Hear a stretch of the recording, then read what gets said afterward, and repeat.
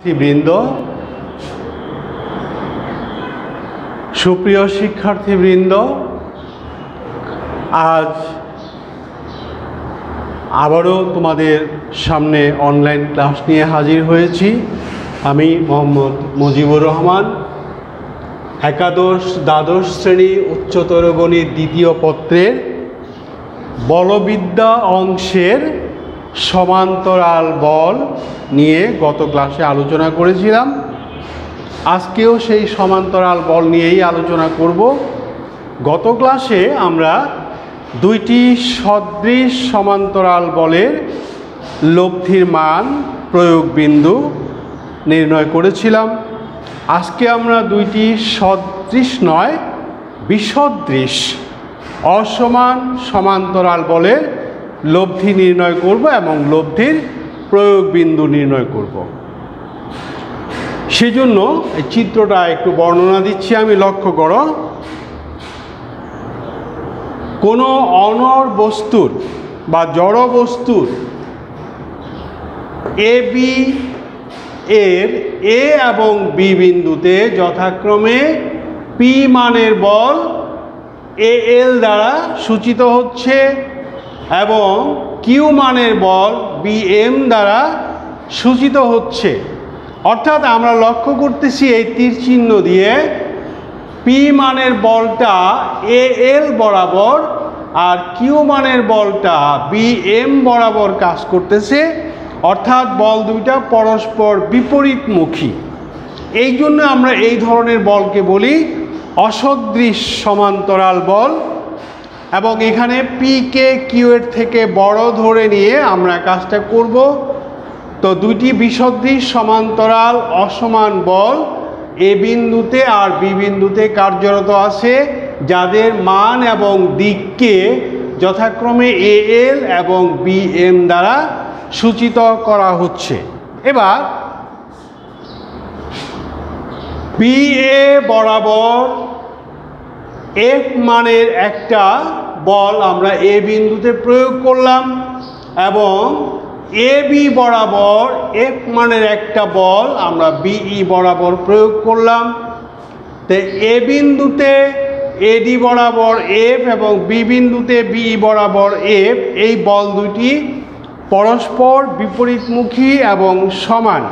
ফলে এই বল দুইটা একে অপরের ক্রিয়াকে নাকচ করবে, অর্থাৎ প্রশমিত করবে, অর্থাৎ একে অপরের ক্রিয়া আর রাখবে না, থাকবে না। ফলে আমার যে ব্যবস্থার মধ্যে পি এবং কিউ বল দুইটা ছিল, আসলে সেই পি এবং কিউ বল দুইটাই থাকতেছে। এবার আমরা এডিএইচএল সামান্তরিকটি পূর্ণ করি এবং বিইকেএম সামান্তরিকটি পূর্ণ করি।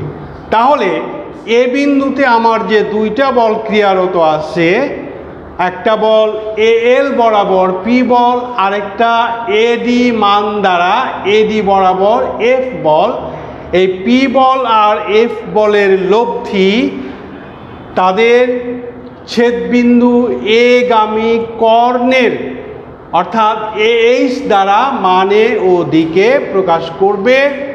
ঠিক তেমনিভাবে বি বিন্দুতে বিই বরাবর এফ বল এবং বিএম বরাবর কিউ বল, এদের লব্ধি বি কে দ্বারা দিকে ও মানে প্রকাশ করবে। এবার এই লব্ধি বল দুইটার এটাকে আমরা R1 হিসেবে মনে করি আর এইটাকে R2 হিসেবে মনে করি, যেখানে R1 এর ক্রিয়াদিক হলো এইচ বরাবর এবং R2 এর ক্রিয়াদিক হলো বি কে বরাবর। এইচ কে বর্ধিত করি এবং বি কে পিছনের দিকে বর্ধিত করি। এই বর্ধিত অংশ দুইটা পরস্পর ও বিন্দুতে ছেদ করলো। এখন বল বিভাজনের নীতি অনুযায়ী আমাদের এ বিন্দুতে যে R1 মানের বলটা ছিল এ বিন্দুতে ক্রিয়াশীল, তাকে স্থানান্তর করে আমরা ও বিন্দুতে নিয়ে আসলাম এবং বি বিন্দুতে ক্রিয়াশীল R2 বলকেও আমরা ও বিন্দুতে নিয়ে আসলাম। এবার R1 বল এই ও বিন্দুতে এসে তাদের উপাংশ যে দুইটা ছিল সেই উপাংশ দুইটাতে আবার বিভাজন করে দিলাম, অর্থাৎ এডি বরাবর যেটা এফ ছিল সেটা এডি বা এসি এর সমান্তরাল ও এক্স ড্যাশ বরাবর এফ বল বিশ্লেষণ করলাম এবং ঠিক এই বরাবর তাকে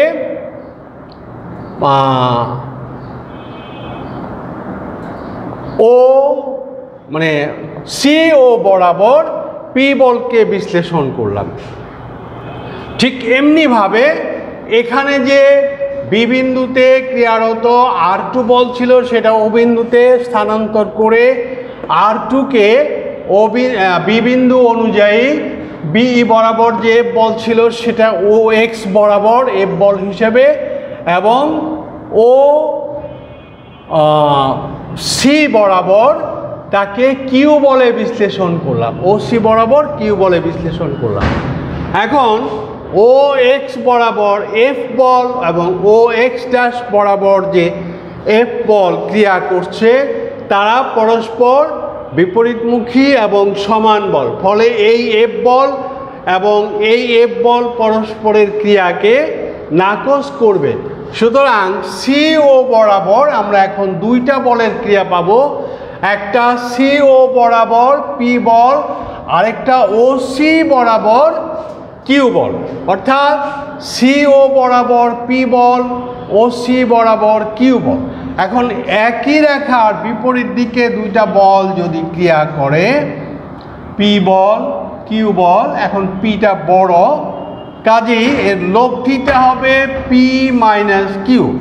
কাজে আমাদের এই ও বিন্দুতে এখন লব্ধি বল পাচ্ছি ও সি বরাবর সিও বরাবর, যে লব্ধিটার মান হচ্ছে আর সমান পি মাইনাস কিউ, অর্থাৎ এই এ বিন্দুতে পি বল এবং বি বিন্দুতে কিউ বলের যে লব্ধি সেই লব্ধি বল ও বিন্দুতে বিভাজন হওয়ার পর আমরা লব্ধি বল পেলাম আর সমান পি মাইনাস কিউ, অর্থাৎ দুটা সদৃশ সমান্তরাল বলের লব্ধির মান আমরা নির্ণয় করলাম। শিক্ষার্থীবৃন্দ, আমরা এতক্ষণ পর্যন্ত পি এবং কিউ বলের লব্ধি মান নির্ণয় করে আসছিলাম, যা বর্ধিত বি এর একাংশের সি বিন্দুতে ক্রিয়ারত এবং যার মান হলো পি মাইনাস কিউ। এবার আমরা সি বিন্দুর অবস্থান নির্ণয় করব, অর্থাৎ এ এবং বি এর সাপেক্ষে সি বিন্দুটা কোথায়, অর্থাৎ এ এবং বি এর সাথে সি বিন্দুর সম্পর্ক কী, সেই লব্ধির প্রয়োগ বিন্দু সি এর অবস্থান নির্ণয় করব। যেহেতু এ এল সমান্তরাল ডিএইচ সমান্তরাল সিও, এ এল সমান্তরাল ডিএইচ সমান্তরাল সিও, অর্থাৎ এটা সমান্তরাল এটা সমান্তরাল এইটা, সুতরাং ত্রিভুজ এইচ এল এ, ত্রিভুজ এইচ এল এ এবং ত্রিভুজ এ সিও এরা পরস্পর সদৃশ। সদৃশ হওয়াতে তাদের বাহুগুলো সমানুপাতিক হবে। তাহলে সিএ বাই ওসি, সিএ হলো আমার বড় ত্রিভুজের বাহু, ওসিও বড় ত্রিভুজের বাহু, সিএ বাই ওসি। এবার ছোট ত্রিভুজের বাহু এলএইচ, এলএইচ বাই এএল, এ, তাহলে এই দুটা অনুপাত সমান হলো। এবং এবার এলএইচ এবং এলকে আমরা কিভাবে পরিবর্তন করতে পারি চিত্রের সাহায্যে দেখো। এলএইচ মানে হলো এডি, এলএইচ মানে হলো এডি সামান্তরিকের বিপরীত বাহু, আর এলটা এল রইল। এখন এডিটার মান কত? এডিটার মান হলো এফ সমান এফ, আর এলটার মান হলো পি, এল এর মান হলো পি।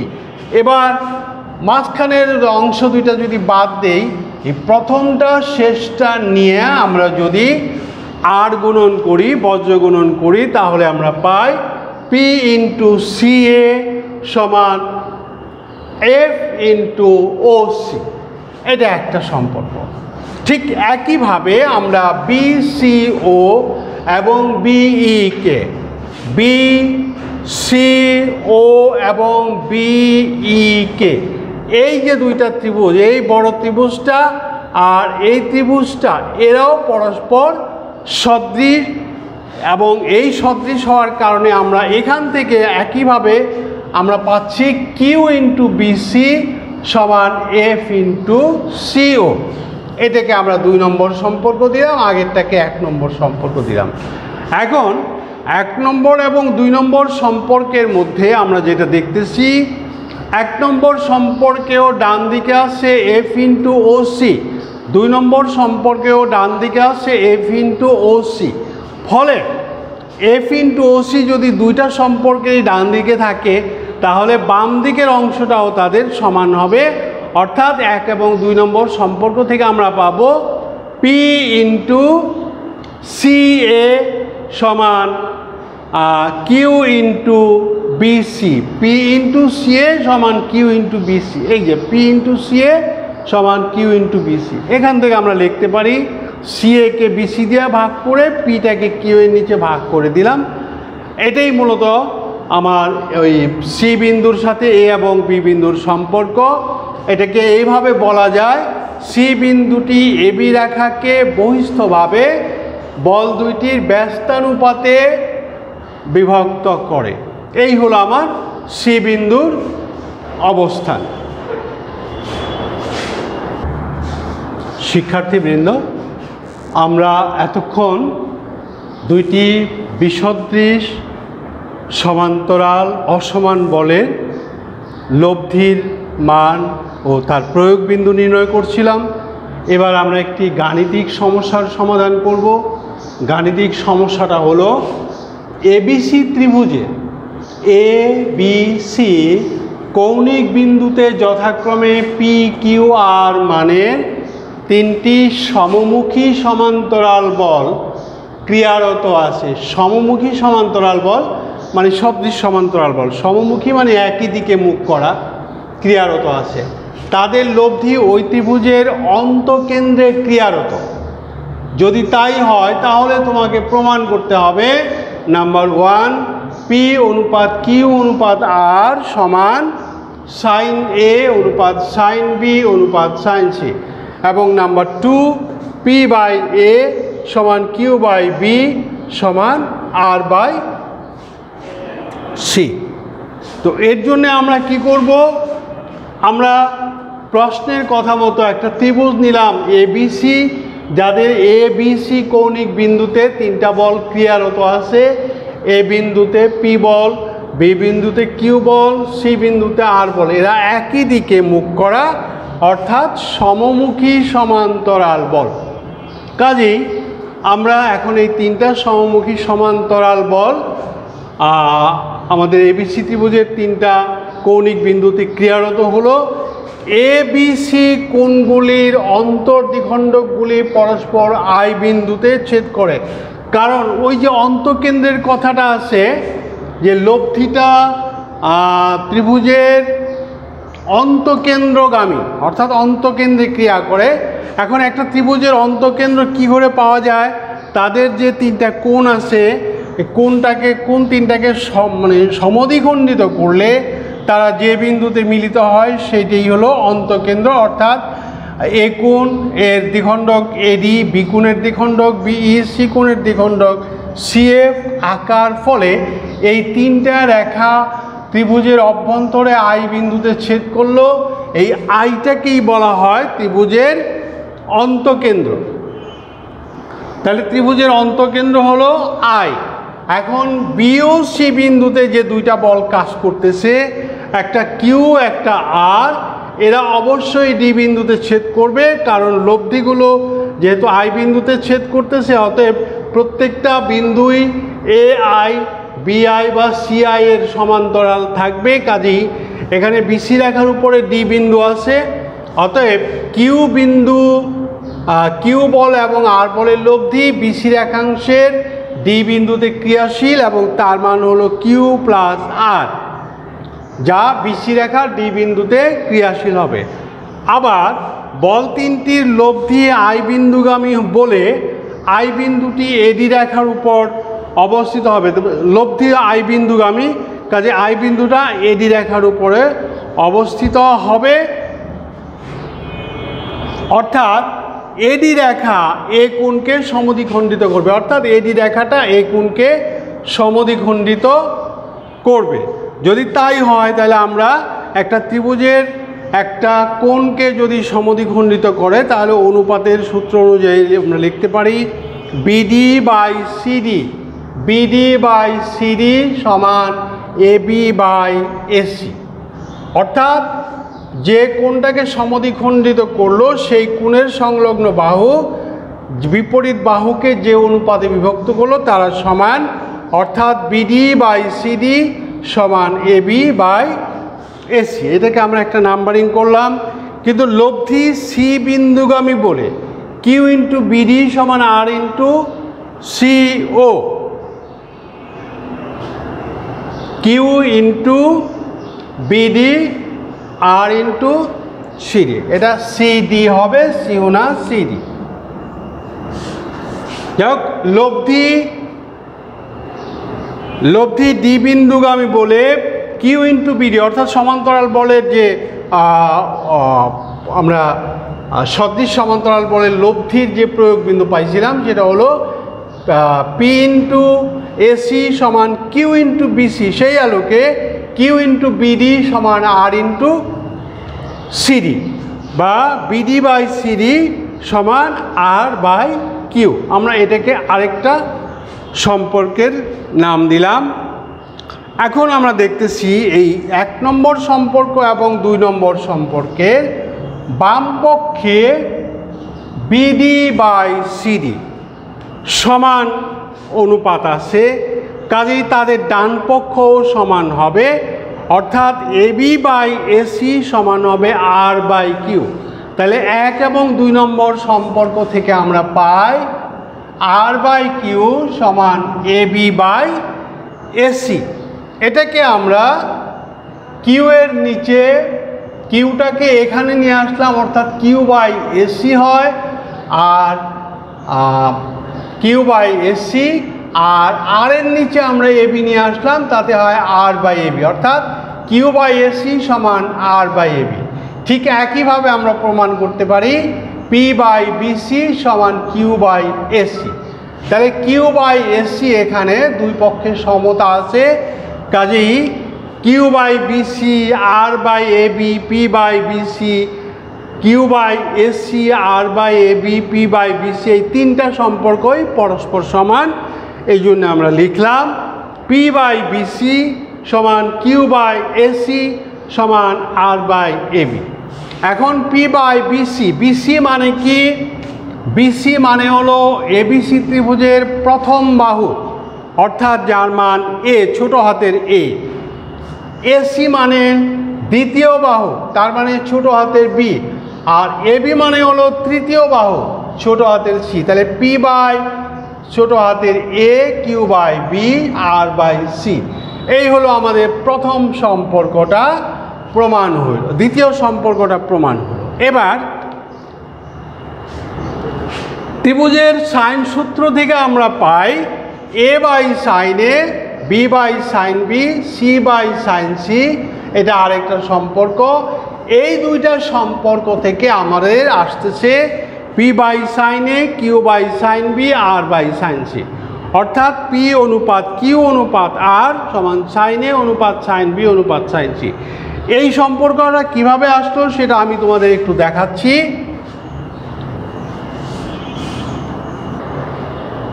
এই সম্পর্কটা কিভাবে আসলো আমি তোমাদের দেখাচ্ছি। আমাদের যে সাইন সূত্র আছে P by A by sine এ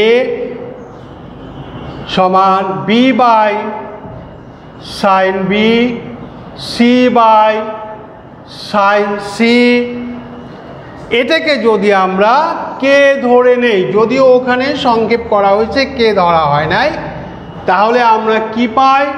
তাহলে আমরা বজ্রগুণনের মাধ্যমে পাই এ সমান কে সাইন এ, বি সমান কে সাইন বি, সি সমান কে সাইন সি। এই মানটা এ বি সি এর মানটা যদি আমরা ওই 3 নম্বর সম্পর্কে বসায় দেই, তাহলে পি বাই এর মান আছে কে সাইন এ সমান কিউ বাই বি এর মান আছে K sine B R by K sine C. আমরা প্রত্যেকটা পক্ষ থেকে যদি কেটাকে বাদ দিয়ে দেই তাহলে আমরা পাই পি বাই সাইন এ সমান কিউ বাই সাইন বি সমান আর বাই সাইন সি। এই সম্পর্কটাই আমরা এখানে সরাসরি লিখছিলাম। তোমরা যদি সরাসরি লিখতে পারো তাহলে লিখে দিবা, আর না হলে এভাবে ভাঙে করে দিবা। অর্থাৎ পরবর্তীতে এটা অনুপাত আকারে লিখলে পি অনুপাত কিউ অনুপাত আর সমান সাইন এ অনুপাত সাইন বি অনুপাত সাইন সি। অর্থাৎ আমাদের দ্বিতীয় সম্পর্কটা আগে প্রমাণ হলো, প্রথম সম্পর্কটা পরে প্রমাণ হলো। অর্থাৎ আমরা দুইটা সম্পর্কই প্রমাণ করলাম। শিক্ষার্থীবৃন্দ, আমি আজকের মতো ক্লাস এখানেই শেষ করছি। তোমরা সবাই ভালো থাকো, সুস্থ থাকো এবং পরবর্তী ক্লাস দেখার আমন্ত্রণ জানিয়ে সবাই সুস্থ থাকো এই কামনা করে আজকের ক্লাস এখানেই শেষ করছি। আল্লাহ হাফেজ।